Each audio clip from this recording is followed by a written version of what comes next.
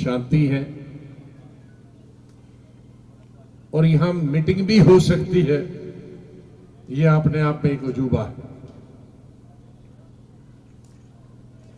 मेरे ख्याल में गुज़िश्ता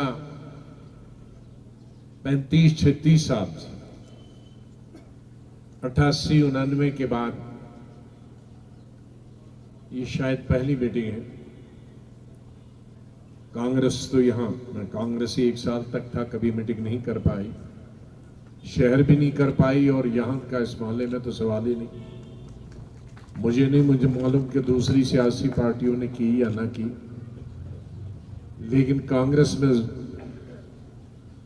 रहकर मैं ये कह सकता, चाहे वो चीफ मिनिस्टर में या सेंट्रल मिनिस्टर था, यहां हिम्मत नहीं थी मीटिंग करने की, क्योंकि बदकिस्मती से ये इलाका मुसलसल यहां हालात ठीक नहीं रहे।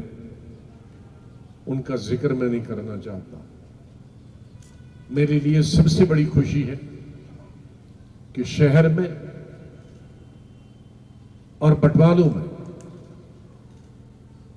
अमन अमान है, कोई भी गलत वारदात नहीं होती, मारपीट नहीं होती है। नहीं तो ये ऐसा इलाका था जहां सुबह शाम हमारे बुजुर्गों की, हमारे बच्चों की, हमारी बहनों की, माओं की, बेटियों की तलाशी होती थी, कभी पुलिस के जरिए, कभी आर्मी के जरिए, क्योंकि जब भी कोई भाग के आ जाता था तो इसी इलाके में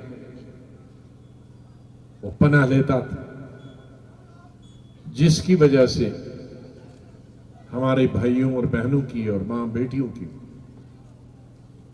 जिंदगी तबाह हुई, बर्बाद हुई कई साल। लेकिन आज पूरे शहर में, पूरे कश्मीर में, पूरी जम्मू कश्मीर में आमतौर पर और खास तौर पर श्रीनगर शहर और बटमालू में हालात इस तरह के खुशगवार हुए कि यहां आना जाना तो बहुत ही आसान है, लेकिन पब्लिक मीटिंग भी इतने साल का, 34-35 साल के बाद पब्लिक की मीटिंग करना भी मुमकिन हो पाया। मैं समझता हूं कि आज के लिए सबसे बड़ी खुशी का और कोई मकाम नहीं हो सकता। और अल्लाह ताला से मैं यही दुआ करूंगा, और आप भी सब करिए। इसके बाद हम अस्तान शरीफ जाएंगे, यहां उसमें भी यही दुआ करेंगे कि आने वाले वक्त में इसी तरह के हालात यहां रहे, और अल्लाह ताला से ये भी दुआ करें कि पूरी दुनिया में अमन हो, और जो बर्बरियत गाजा में डाली गई है, अल्लाह ताला उन पर भी रहमत करे, उन बच्चों पर, उन बुजुर्गों पर, उन बेटियों पर उनकी मुसीबतें आसान करे, उनकी तकलीफें दूर करे, और हमलावारों को, जबर करने वालों को, जुल्म करने वालों को अल्लाह से दुआ है कि वो अपनी ताकत कहीं ताकतवर मुल्क के खिलाफ इस्तेमाल न करें, न कि मजलूमों के खिलाफ, गरीबों के खिलाफ। ये तो हमारी दुआ ही कर सकते हम। और जिन लोगों से तवक्कात थी, मुल्कों से हुकूमतें थी, वो भी मुंह ज़बानी करते हैं, लेकिन बहुत सारे मुल्क में, ममालिक जो गैर मुस्लिम ममालिक हैं, मैं उनको मुबारकबाद देता हूं कि वहां की सरकारें चाहे जालिम के साथ हों, लेकिन अवाम गाजा के लोगों के साथ है। ये बड़ी खुशनुदी की बात है। बहरहाल, जहां तक सियासत का सवाल है, बहुत सियासी तब्दीलियां आई, इन 34-35 वर्षों में, इन 34-35 वर्षों में जो सियासी तब्दीलियां हुई और जिनका असर अच्छा हमारी वादी पर और जुमा सुबह जम्मू पर नहीं हुआ। हजारों नौजवान बच्चे इस दुनिया में नहीं रहे, कुछ अपनी गलतियों की वजह से, कुछ चीज इसमें क्रॉस फायरिंग में, लेकिन कुल मिलाकर कई हमारे हजार वालिदैन इस रियासत के अपने बच्चों से महरूम रहे। हजारों हमारी बहू बेटियां वो बेवा हो गई। हजारों हमारे वालिदैन कसम पुरस्ती की जिंदगी बसर कर रहे हैं।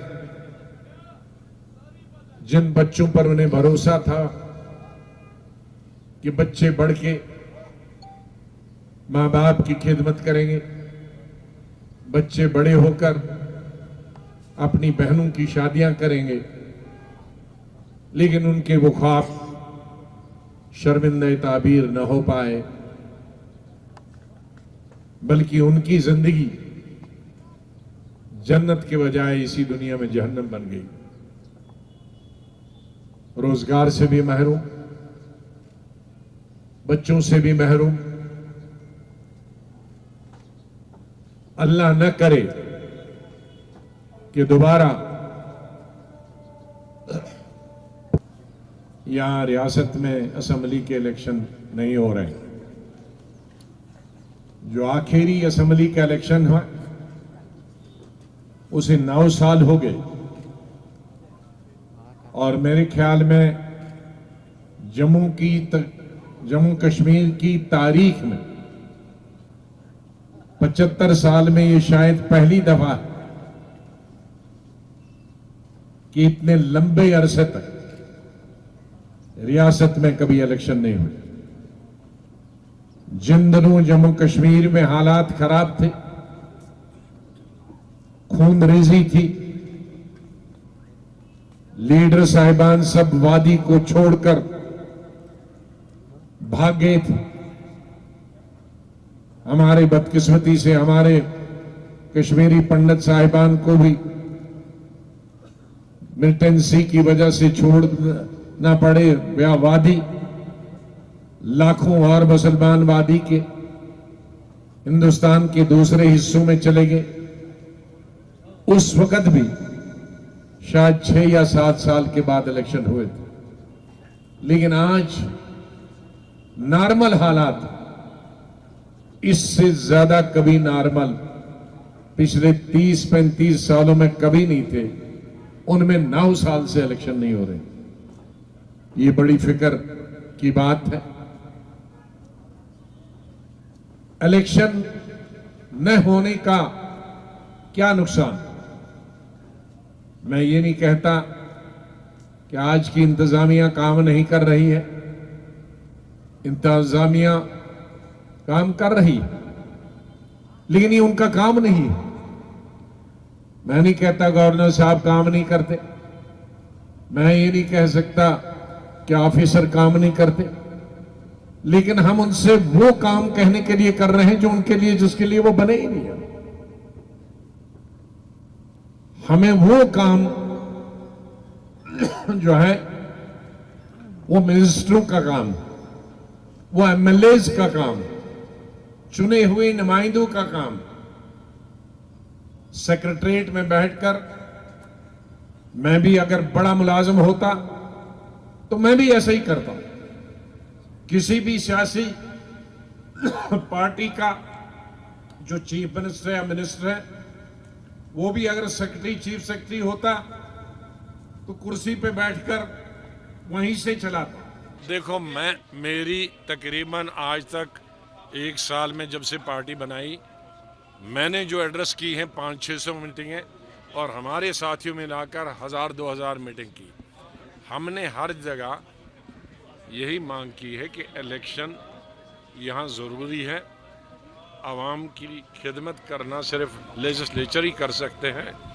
ऑफिसर अच्छी सरकार चला सकते हैं, अच्छे एडमिनिस्ट्रेटर हैं, काबिल हैं, लेकिन वो अगर एमएलएज का काबिल है तो सेक्रेटरीट सफ़र करेगा।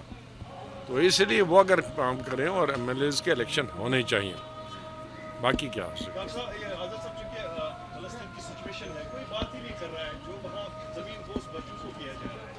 Nobody has come forward to say few words about the Palestine. ज़मीन दोस्त बच्चों को किया जा रहा है। अब सब ने अपने अपने स्टेटमेंट दिए, लेकिन पूरे मुल्क में भी स्टेटमेंट ही से चलते हैं। लेकिन जो बड़े मुल्क हैं बदकिस्मती से, जो अमन अमान कायम करने के लिए वो जब खुद ही मुलाविस हो जाएंगे तो फिर कौन अमल करेगा। क्या ये जंग ज़्यादा छिड़ सकती है जो गाज़ा की सिचुएशन है अभी? हाँ? क्या ये जंग ज़्यादा छिड़ सकती है जो गाज़ा की सिचुएशन है अभी? ज़्यादा? हालात वहाँ के हो रहे हैं फ़लस्तीन में। नहीं, अब गाज़ा में जो हालात है वो और जिस तरह से बच्चे मारे जा रहे हैं या जिस तरह से उनका खाना नहीं है, पीना नहीं है, दूध नहीं है, कहीं बाहर जाना नहीं जाता, ये एक ओपन जेल है, दुनिया का सबसे बड़ा जेल। इसमें जो बड़े ममालिक थे वो जब खुद ही हिस्सादार बन गए तो कौन अमन करेगा। इसमें हम बैठ के तो सिर्फ दुआ ही कर सकते।